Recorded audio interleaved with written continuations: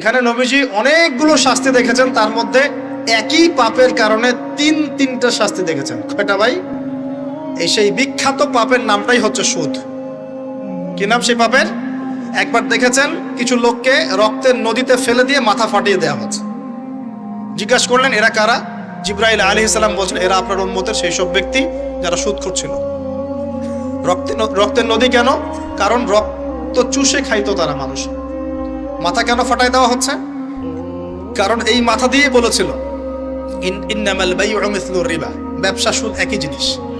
এই শয়তানি মাথা থেকে বেরোচ্ছে, এই কারণে মাথা ফাটিয়ে দেওয়া হচ্ছে। আর একটা শাস্তি দেখেছেন, তারা পাথর খাচ্ছে, পাথর বড় বড় পাথর খাচ্ছে, পিছনের রাস্তা দিয়ে পাথর বের হয়ে যাচ্ছে। জিজ্ঞাসা করলেন কাদের কি কারণে শাস্তি দেওয়া হচ্ছে? জিবরাইল আলাইহিস সালাম বললেন এটাও সুদের কারণে। 3 নাম্বারটা দেখেছেন তিনি, যে কিছু মানুষ শুয়ে আছে আর এই পেটটা, এই বাড়ি, আমাদের বাড়ি যেমন উঁচু, বাড়ির মতো উঁচু হয়ে আছে পেটটা, আর পেটের ভিতরে অজগরের মতো বড় বড় সাপ কিলবিল কিলবিল করছে। আর এই 3টা শাস্তি তিনি দেখেছেন। দেখে জিবরাইল আলাইহিস সালামকে বলছেন এই 3টা শাস্তি কি কারণে? 3টার ক্ষেত্রেই জিবরাইল আলাইহিস সালাম বলেছেন সুদের কারণে, সুদের কারণে, সুদের কারণে।